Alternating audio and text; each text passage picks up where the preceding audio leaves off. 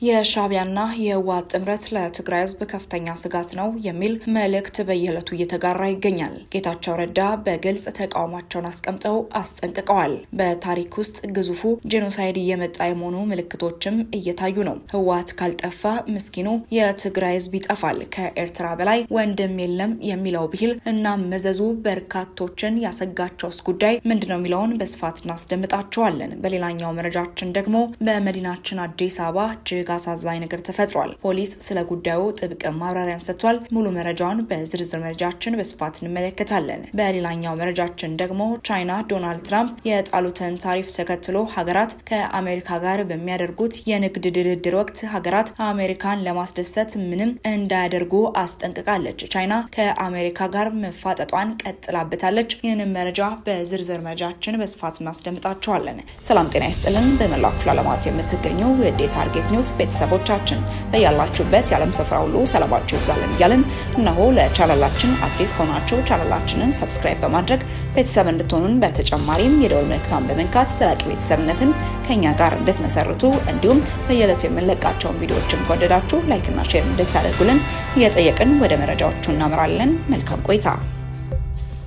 በታሪክ ውስጥ ግዙፉ ጄኖሳይድ እየመጣ የሆኑ ምልክቶች እየታዩ ነው ተባለ። የሻቢያን አቅጣጫ የማይቀበል ለኤርትራ መገንጠል እንቅፋት የሚሆን በሚል በ10 ሺህ የሚቆጠሩ ለትግራይ ህዝብም እንታገላለን ብለው በዋት የትግል ማዕቀፍ ውስጥ በረሃ የወጡ መረሸናቸው በውጭ ሀገራት ቋንቋዎች አረብኛና እንግሊዝኛ ጭምር ተሰንዶ ይገኛል። በርግጥ የትግራይ ኤሊቶችን ሲጨርስ የኖረው ከዋትና ሻቢያ ጠብ ይልቅ ፍቅራቸው ነው። አሁንም በአዲሱ ፍቅራቸው እስካሁን ምን ያህል ትግራይ ሰው እንደተረሸነ ባይታወቅም በውጭ ከሚኖሩት በኩልም ከሻቢያ ጋር የተጀመረው አዲሱ ዝምድና የቃወም በነበረው በድምጻዊ ሰለሞን ተካ መስዋዕትነት ተጀምሯልም ተብሏል። ጌታቸው ረዳ ሚያዝያ 13 ቀን 2017 ዓ.ም ለመጠቆም እንደሞከረው በሻቢያ ህወሓት የሚመሩ ገዳይና ዘራፊ ቡድኖች ትግራይ ውስጥ በግላጭ መንቀሳቀስ ከጀመሩ ወራቶች ተቆጥረዋል። ይህ ህቡ ግድያና ዝርፊያ በእጅጉ እየተፋጠነና እየጨመረ ይሄዳልና ራሳችሁን እንድትጠብቁ ልጠቁም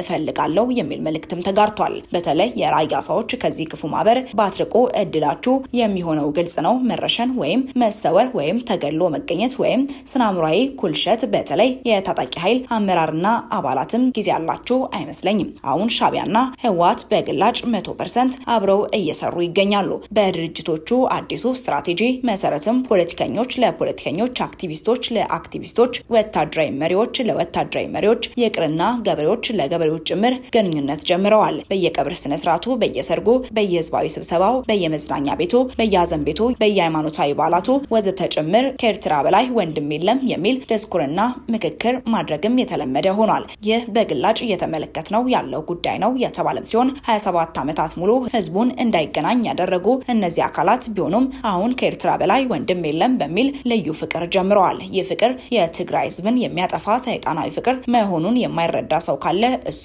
የህወሓት ሻቢያ ጄኖሳይድ ዝምድናን እናም ታሪክ ፍጹም የማያውቅ ሰው መሆን አለበት የተባለም ሲሆን የሚገርመው ህወሓት ከሻቢያ ጋር መስራት አቋርጦ ባያውቅም በግላጭ መስራት ሲጀምሩ ግን አንድ የትግራይ ሰው በአራት ሰይፎች የመበላት እድሉን ከፍ ያደርገዋል። ከእንግዲህ አድራሻው የሚጠፋ የትግራይ ሰው ቁጥር ይጨምራል። በምክንያታዊነት ዝምታ ውስጥና በስነ ልቦናዊ መደፈር ውስጥ የሚኖር የትግራይ ሰው ቁጥር ይጨምራል። መንስኤው በማይታወቅ የሚሞት የትግራይ ሰው ቁጥር ይጨምራል። በድንገተኛ ድብደባ የሚሞት የትግራይ ሰው ቁጥር ይጨምራል። በአጠቃላይ የትግራይ ሀዘን በአንድም ይሁን በሌላ በእጅጉ ይጨምራል። ነገሮች በእንዲህ ከቀጠሉ የሚል አስተያየትም ተሰጥቷል። ይህ በታሪክ ውስጥ እጅግ ወደ ገዘፈው የትግራይ ጄኖሳይድ የመግባት ምልክት ይሆናል። ህወሓት ካልጠፋ የትግራይ ህዝብ መጥፋቱ የማይቀር ነውና ወዳጅ አልባ እሴት አልባ 360 ዲግሪ በጠላትነት መንፈስ እንዲከበብ ወዘተ አድርገው ማህበራዊ ህይወቱን የቀረጹትም ለዚሁ ነበር። የትግራይ ሰው በአራቱም ሰይፍ ተበልቶ የሚያልቅበት ሻቢያዊ ሁኔታን ለማመቻቸት ነበር። አሁን ላይ በሱዳን በኩል ያለው ጄኖሳይዳዊ ሜዳ አጽድተው እንደጨረሱ ባንደበታቸው እየተናገሩ ይገኛሉ። ስለዚህም የትግራይ ህዝብ መጥፋት ካልፈለገ በስተቀር ይህን ነገር አጥብቆ ሊመለከት ይገባል። ስለዚህም የትግራይ ህዝብ መጥፋት ካልፈለገ በስተቀር ነገሮችን አተኩሮ ሊያይ ይገባል የሚል መልእክት የተጋራ ሲሆን የራያ ሰው ሁሉም አይነት ግንኙነቶቹን ከዚህ ማህበር ካላቋረጠ ያለምንም ቅድመ ሁኔታ የሚያልቀው እሱ ነው። በዚህ ጉዳይ ላይ በርካታ ሐሳቦችም ከተለያዩ አካላት እየተሰነዘሩ ይገኛሉ። አቶ ጌታቸው ረዳ አዲሱ የትግራይ ጊዜ አስተዳደር ፕሬዝዳንት ፕሬዝዳንት ከዶክተር ደብረጽዮን ገብረ ሚካኤል ቡድን ጋር እያደረጉት ያለው ነገር እንዲያቆሙ ግልጽ የሆነን ማስጠንቀቂያ መስጠታቸውን በትላንትናው ዕለት መረጃችን ላይ ተመልክተናል። ወደ ቀጣይ መረጃችን ስናመራ ቻይና ዶናልድ ትራምፕ የጣሉትን ታሪፍ ተከትሎ ሀገራት ከአሜሪካ ጋር በሚያደርጉት የንግድ ድርድር ወቅት አሜሪካ የምትፈልገውን በማድረግ ለማስደሰት እንዳይሞክሩ አስጠንቅቃለች። የቻይና ንግድ ሚኒስቴር ቃል አቀባይ ማስጠንቀቂያውን የሰጡት ዋሽንግተን መንግስታት ወደ አሜሪካ የሚልኳቸው ምርቶች ከቀረጥ ነፃ እንዲሆንላቸው ከቤጂንግ ጋር በሚያደርጉት የንግድ ልውውጥ ላይ ጫና ለመፍጠር ማቀዷ ከተሰማ በኋላ ነው። የትራምፕ አስተዳደር ከንግድ አጋሮች ጋር ታሪፍን በተመለከተ ንግግር መጀመሩ ተገልጿል። ትራምፕ በጥር ወር ስልጣናቸውን ከተረከቡ በኋላ ከቻይና የሚገቡ ምርቶች ላይ ከፍተኛ ታሪፍ የጣሉ ሲሆን ሌሎች በርካታ የዓለም ሀገራትም ታሪፍ ተጥሎባቸዋል። የቻይና የንግድ ሚኒስቴር ቃል አቀባይ ለማስደሰት የሚደረግ ጥረት ሰላምን አያመጣም፣ እንዲሁም ማመቻመች ክብርን አያቀዳጅም ሲሉም ገልጸዋል። ቻይና ሁሉም አካላት ከፍታዊነት ጎን መቆም እንዳለባቸው ታምናለች። እንዲሁም ዓለም አቀፍ የምጣኔ ሀብትና የንግድ ህጎች እንዲሁም የሀገራት የንግድ ስርዓትን መከላከል አለባቸው ሲሉም ገልጸዋል። ባለፈው ሳምንት ዎል ስትሪት ጆርናል አሜሪካ ታሪፍን በተመለከተ ከሀገራት ጋር በመታደርገው ድርድር ከቻይና ጋር በሚኖራቸው ንግድ ላይ አዲስ ገደብ በመጣል ጫና ለማድረግ እንደምትፈልግም ዘግቧል። ወደ መጨረሻው ጉዳያችን ስናመራ በመዲናዋ በትንሳኤ ዕለት የተፈጠረውን አሳዛኝ ክስተት ፖሊስ በመረጃ አካቶ ገልጿል። በ2017 ዓ.ም የትንሳኤ በዓል የተለያዩ ደንቦችን በተላለፉ አሽከርካሪዎች እርምጃ መወሰዱን የበዓሉ ዋዜማ አንድ ሰው በመኪና አደጋ መሞቱን የአዲስ አበባ ከተማ ፖሊስ ኮሚሽን ለመረጃ ምንጫችን ገልጿል። ከወንጀል አንጻር ስንመለከት በመደበኛነት ከሚፈጸሙ እንደ ሌብነት፣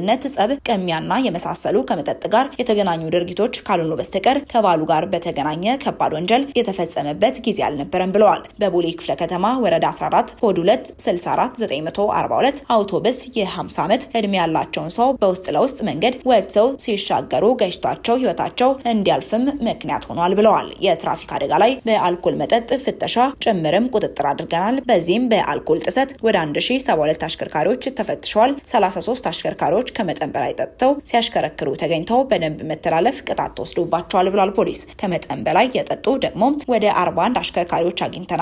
አልኮል ጠጥተው ግን መጠኑ ከ0.4 በላይ አይደለም። ከፍተኛ የሚባለው ከዚህ በላይ ሲሆን ነው። ግን ይህም አደጋ የሚያደርስ ስለሆነ አስተምረን ለቀናቸዋል ብለዋል። ሌሎች ልዩ ልዩ ደንቦች የጣሱ አሽከርካሪዎች ላይ ቁጥጥር አድርገናል። ወደ 99 አሽከርካሪዎች ደንብ ሲተላለፉ ተገኝተው አስፈላጊ እርምጃ ተወስዶባቸዋል። ባሉ በጣም ደማቅ ነበር። ከድምቀቱና ከሰው ብዛት አንፃር ሰላማዊ በዓል አሳልፈናል ማለትም ይቻላልም ብለዋል። ሰዎች ወንጀል ሲፈጽሙ ብዙ ጊዜ በጥቅል እርምጃ ተወስዶባቸው ነው የሚባለው። በሹፌሮቹ የተወሰደው እርምጃ ምንድነው? በማለትም ለቀረበላቸው ጥያቄ ከ70 በላይ ደንብ መተላለፎች ናቸው፣ 70ዎቹንም መጥቀስ አይቻልም የሚል ምላሽን ሰጥተዋል። በባሉ ህገወጥ የብር ኖት ማጭበርበር፣ በምግብና መጠጥ ላይ ባድ ነገሮችን ቀላቅሎ ከመሸጥ አንፃርም የተፈጸመ ወንጀል ካለ በማለትም ለቀረበላቸው ጥያቄ እስካሁን የደረሳቸው የክስ ሁኔታ እንደሌለ ካለ ግን ግልጽ እንደሚያደርጉ ማስረድተዋል። ከዚያም በማስከተል ባስተላለፉት መልእክትም ከዚህ በኋላም የሰርግ ወራት ነው፣ በተለይ የትራፊክ አደጋ ስጋት አለብን፣ ከፍተኛ ጥንቃቄ መደረግ አለበት፣ አልኮል ጠጥተው የሚያሽከረክሩ ሹፌሮች እንዲበዙ ይገመታል፣ አሽከርካሪዎች ከፍተኛ ጥንቃቄ ማድረግ ይኖርባቸዋል፣ ሰው ስለሚበዛ ከታሪፍ በላይ ማስከፈል፣ ሰውና ዕቃን አንድ ላይ መጫን እናም የመሳሰሉ ደንብ መተላለፎች ሊበዙ ይችላሉ ተብሎ ስለሚገመት ጥብቅ ቁጥጥር እናደርጋለን ሲሉም ገልጸዋል። ወደ ተመልካቾቻችን ለእሳቱ የነበሩ መረጃዎቻችን እኚህ መስሉ ነበር። አብራችሁን ስለነበራችሁ እጅግ አድርገን እናመሰግናለን። ቸር ቆዩልን።